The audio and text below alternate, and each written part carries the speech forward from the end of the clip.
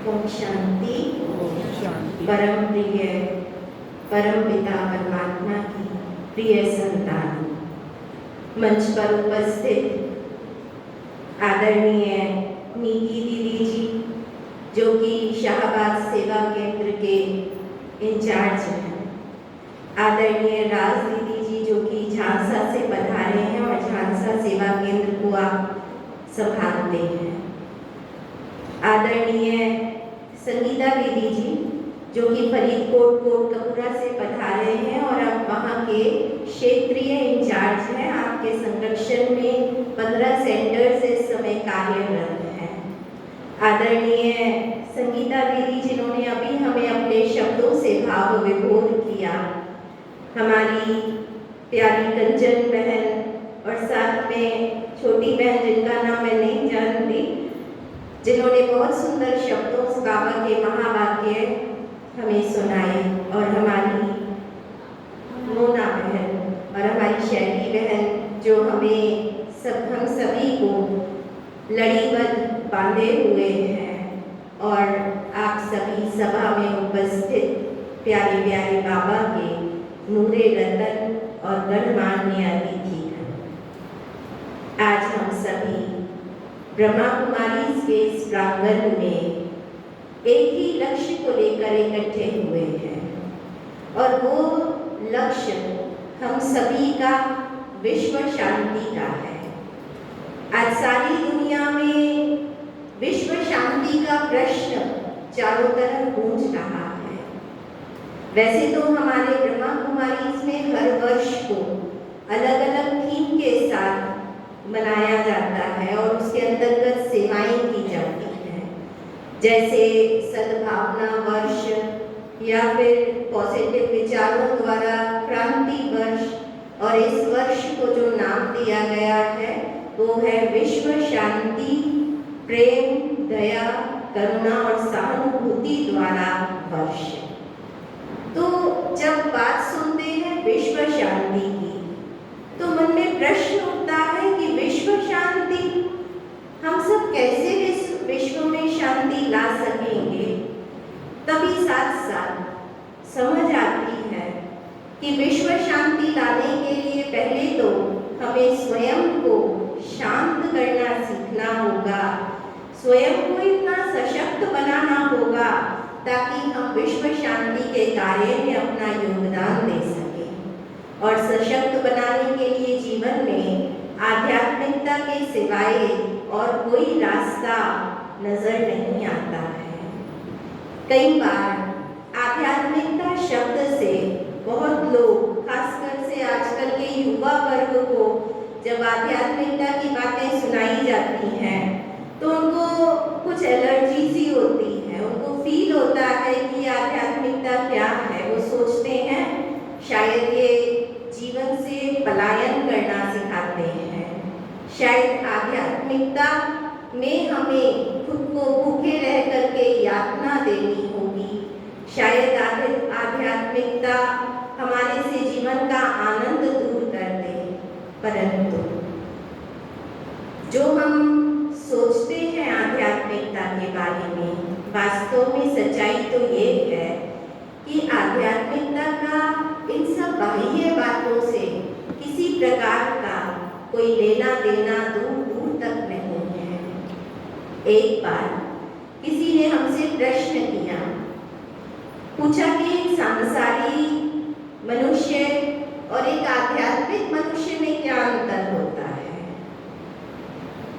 तो हमने उसको गहराई से सोच विचार कर उत्तर दिया कि देखिए, जो एक सांसारिक मनुष्य होता है वो सिर्फ अपना भोजन कमाता है, और बाकी की जो उसकी जरूरतें हैं, जैसे प्रेम, शांति, खुशी, करुणा, सहानुभूति, इन सब के लिए उसको दूसरों के ऊपर निर्भर रहना पड़ता है। जबकि एक आध्यात्मिक मनुष्य अपनी प्रेम, अपना सुख, अपनी शांति, उसके लिए किसी के ऊपर निर्भर नहीं होता। वो खुद अपना प्रेम, अपनी सुख शांति जीवन में कमाई करता है और साथ साथ अपना भोजन भी कमा पाता है। तो आध्यात्मिकता बहुत उच्च है।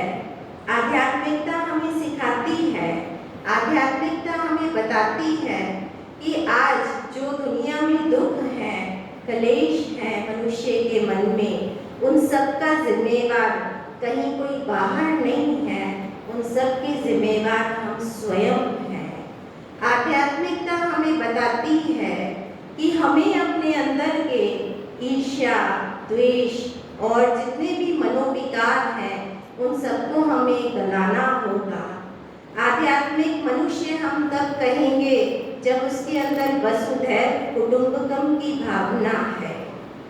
मनुष्य जब ये जान लेता है कि आज जीवन में उसे जो कुछ भी प्राप्त है वो सब परमात्मा की कृतज्ञता है, जब वो परमात्मा के प्रति कृतज्ञ रहना सीख लेता है तो समझ लीजिए कि उसके जीवन में आध्यात्मिकता आ रही है और वो आध्यात्मिक रूप से सशक्त होता जा रहा है। तो आध्यात्मिकता में हम सिर्फ अपने लिए कार्य नहीं करते हैं, परंतु हम वो कार्य करते हैं जिसमें हमारा भला तो हो, परंतु साथ साथ सभी का भी भला उसमें निहित हो। आध्यात्मिकता का सार रूप हम समझें तो यही निकलता है कि जब हमारे अंदर उच्च भावों का समावेश हो जाए, अर्थात सद्भावना, प्रेम, दया, करुणा, इन सब भावों का समावेश ही आध्यात्मिक सशक्तिकरण है।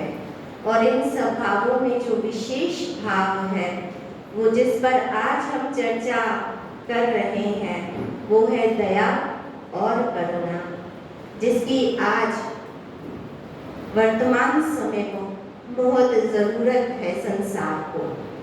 जैसा समय पिछले दिनों 2 साल निकला, बहुत भयावह समय था, चारों तरफ परिस्थितियाँ बहुत भयंकर थी और उनसे बाहर कहीं तो निकल आए, लेकिन कहीं उसी कुचक्र में फंसकर अपने जीवन का भी अंत कर बैठे।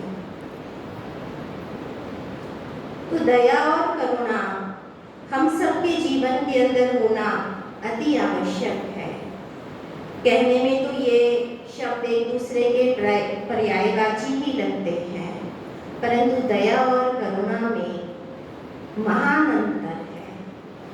समझने का यदि हम प्रयत्न करें तो दया हम किसी के ऊपर उन परिस्थितियों में करते हैं जब हम किसी को अपने से कम समझते हैं। हम उसके ऊपर दया करके हम उसके लिए कुछ करने का प्रयास करते हैं। और यहाँ जब मनुष्य अपने को बड़ा और दूसरे को छोटा समझता है तो कहीं ना कहीं अहंकार भाव का भी जन्म हो जाता है।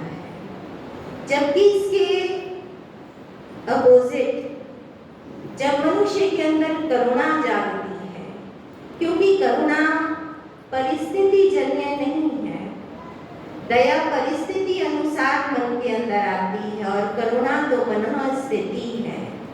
जैसा कि अभी बताया गया कि मदर टेरेसा एक करुणामयी नर्स थी, जैसे कि राजकुमार सिद्धार्थ उनके जीवन में बचपन से ही करुणा की भावनाएं प्रबल थी, जिनकी बहुत सारी कहानियां भी हम सब इतिहास में पढ़ते और सुनते आए हैं। जब करुणा हमारे अंदर आती है, करुणा अर्थात क्या? करुणा अर्थात कि सभी मनुष्य मात्र के लिए, संसार के सभी प्राणियों के लिए हमारे मन में समान स्नेह का भाव जागृत हो और साथ साथ उनके लिए कुछ कर दिखाने का जब हम प्रयास करते हैं तो वही हमारे मन की करुणा है। और जितनी जितनी हमारे अंदर करुणा होती है उसकी निशानी हमारे अंदर विनम्रता का भाव जागता है। करुणा विनम्रता को लेकर आती है। जैसे कहते हैं कि स्वामी विवेकानंद, जैसे मदर टेरेसा का नाम आता है, जैसे महात्मा बुद्ध का नाम आता है करुणा के लिए, उसी प्रकार से स्वामी विवेकानंद, जिनका बचपन का नाम नरेंद्र था, बचपन से वो भी करुणा हृदय थे। वो अनेकों की मदद किया करते थे, जो भी उनको मिलता था उनसे मदद के लिए उपेक्षा करता था, वो हर एक की मदद किया करते थे। और विशेषता उनकी ये थी कि जब भी वो किसी की मदद करते थे तो साथ साथ उसको धन्यवाद जरूर बोला करते थे, आपका बहुत बहुत धन्यवाद। तो उनके साथ जो उनके शिष्य थे, उन्होंने उनसे प्रश्न किया कि आप सबकी मदद करते हैं तो धन्यवाद उन्हें आपका बोलना चाहिए, आप उनका धन्यवाद क्यों करते हैं? तो स्वामी विवेकानंद ने बहुत विनम्रता से उत्तर दिया कि इन्होंने मेरी मदद को स्वीकार किया, इन्होंने मुझसे मदद ली, मैं इनकी मदद के काबिल बन पाया, उसके लिए इन्हीं का ही तो धन्यवाद है। इनके कारण से ही आज मैं मदद कर पा रहा हूँ मनुष्य मात्र।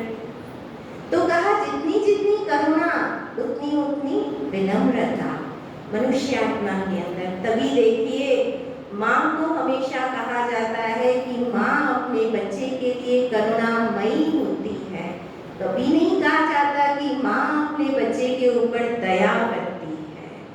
तो इसी प्रकार से एक गुरु भी अपने शिष्य के ऊपर करुणा और कृपा बरसाता है, ना कि वो दया करता है अपने शिष्य को पढ़ा करके, उसको दीक्षा दे करके। परमात्मा के लिए भी कहा जाता है कि परमात्मा करुणा के सागर हैं। हम कह देते हैं दया के सागर, परंतु वास्तव में जो सही शब्द है वो करुणा है। और जहाँ करुणा है वहाँ मन में प्रेम के भाव प्रस्फुटित होते हैं, जो आज संसार को जिसकी बहुत अधिक आवश्यकता है। आज दुनिया में भौतिकवाद इतना हो गया है कि इन सभी मूल सिद्धांतों से, वैल्यूज से हम बहुत दूर, कोसों दूर निकलते चले जा रहे हैं। और शायद आज यही हर मनुष्य मन के दुख और अशांति का कारण बन गया है। हम सभी सोचते हैं कि हमारे चारों तरफ हर प्रकार का सुख का साधन है, किसी प्रकार की कोई कमी नहीं है, फिर भी मन में दुख, अशांति, अतृप्ति की भावना क्यों रहती है? तो शायद उसका कारण यही है कि हमने सिर्फ लेना सीखा है, हमने देना नहीं सीखा।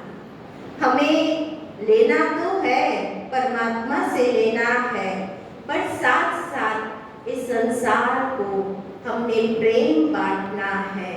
हमें इस संसार को करुणा देनी है, जिससे अनेकों अशांत, दुखी, अतृप्त आत्माएं, प्यासी आत्माओं की प्यास हम बुझा सकेंगे और उन आत्माओं की जो दुआएं हैं वो हमारे जीवन को सुख शांति से भरपूर कर सकेंगे।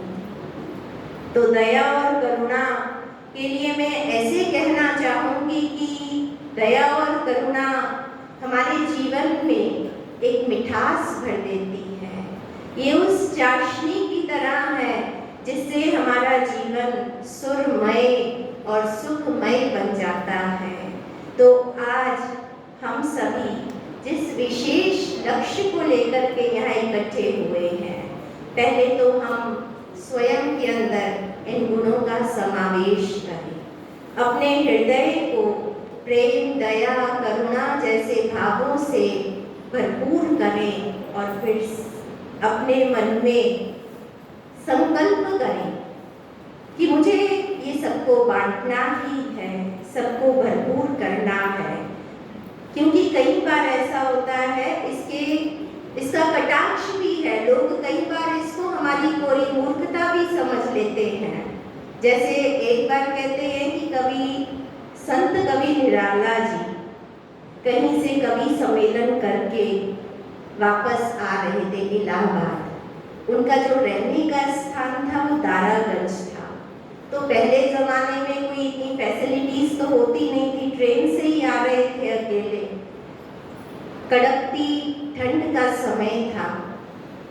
निराला जी जब स्टेशन पर उतरे तो उन्होंने देखा कि ठंड से कांपता हुआ एक व्यक्ति स्टेशन की ही बेंच पर लेटा हुआ है, ठिठुर रहा है ठंड से। निराला जी के मन में करुणा के भाव जाग उठे।